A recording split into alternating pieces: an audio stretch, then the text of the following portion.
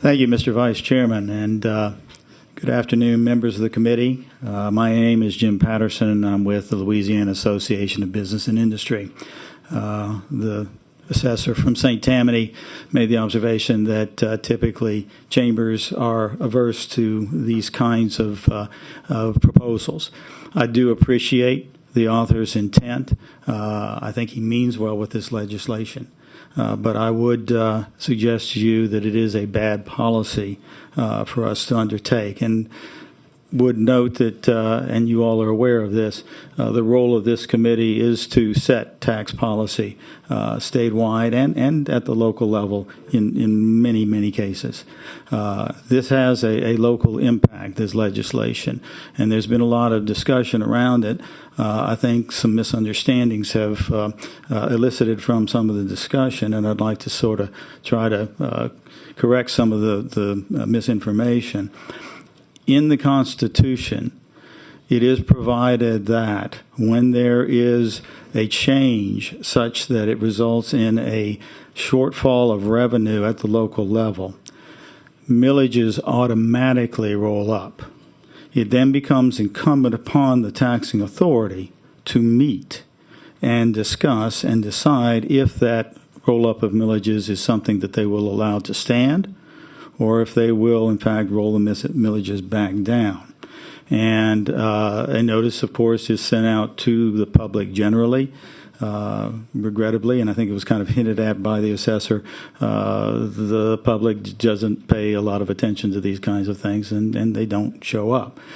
So you would expect that the millages would probably be, in most cases, and they are, left where they have rolled up to. And particularly when you consider that the whole purpose of the roll-up of millages that is automatic is to keep the local governments whole relative to the revenue that came in the year before. They would still receive that revenue going forward. And this is important, particularly when you have bond issues that are being paid for, as often is the case, by these revenues that come in from property taxes.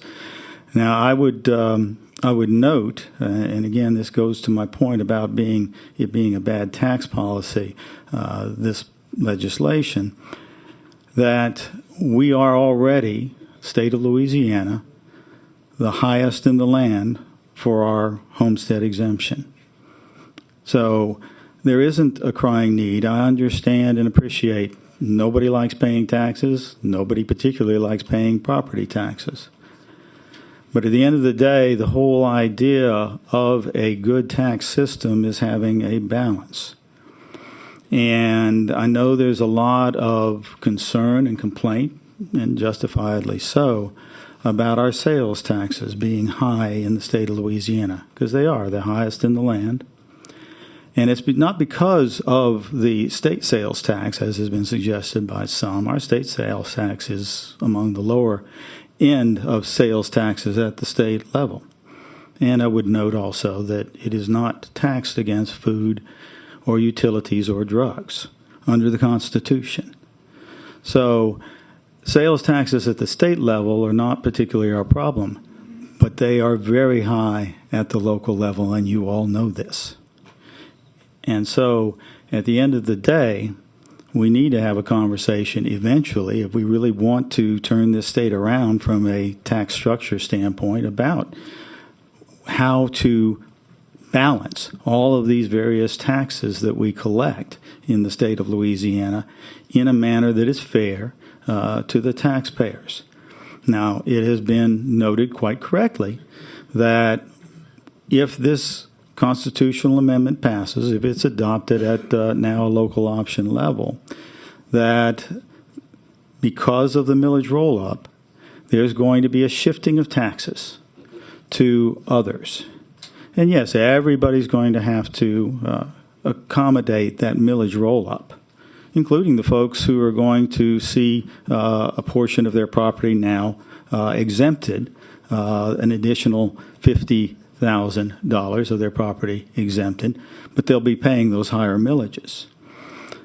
And yes, businesses, farmers, and indeed renters are going to be paying without the benefit of this increased exemption, they're going to be paying higher taxes because you know that the apartment owner is going to pass along the costs that he or she is having to incur at this level. So this is not a good policy from the standpoint of it being a tax shift.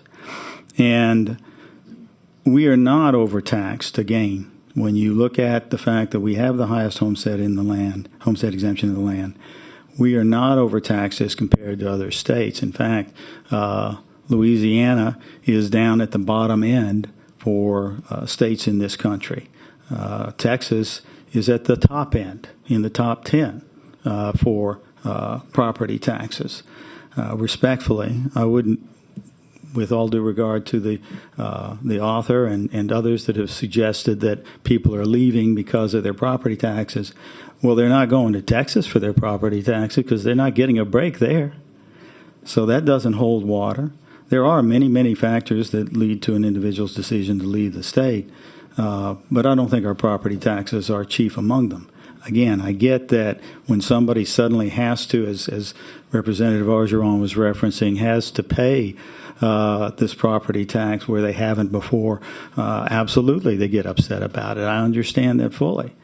As I said, no one wants to pay taxes, but they are necessary. They are part and parcel of covering the costs of our local government servicing those of us who live in the respective parishes.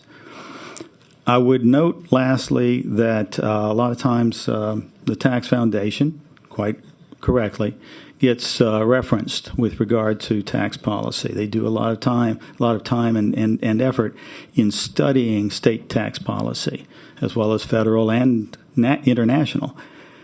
And they noted in an excellent report that I would commend to you, came out last fall, confronting the new property tax revolt. Interesting reading. Very, very good and perceptive compilation of the various issues involved.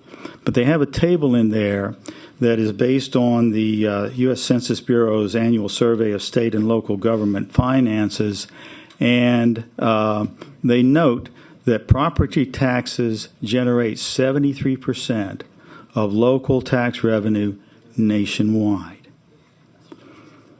Now, you know how much the state of Louisiana generates by way of tax revenue?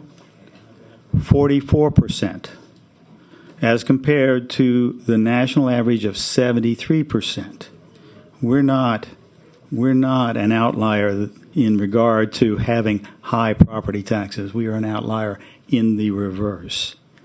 And I would note that the state of Florida puts 77% of their tax revenue from property taxes.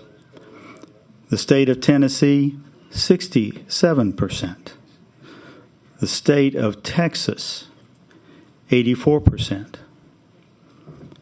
And Mississippi, little Mississippi, 94%.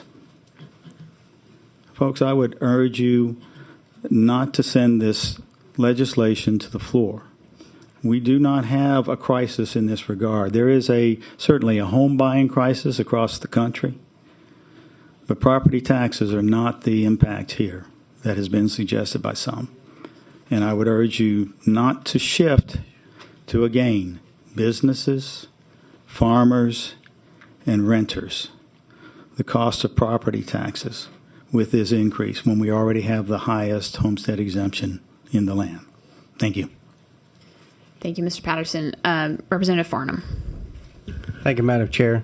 So when the public passes a tax, say for 10 meals, and over time they roll it back and they roll it back, and this would go into effect, and they would automatically raise to the highest level that the voters went to? They would roll up to the highest. What's needed to attain the number. To make the local government whole, yes. That's right. So if they were at 10 meals and they had never rolled it back, can you advance past 10 mills without a vote of the people? I believe that you can, yes, sir. So that's they can do that.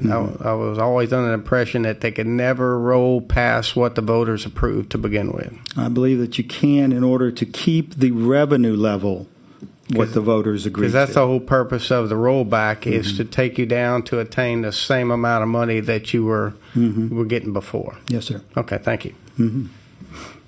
All right. Board is clear. Appreciate it. Thank you, Madam Chair. Thank you, members.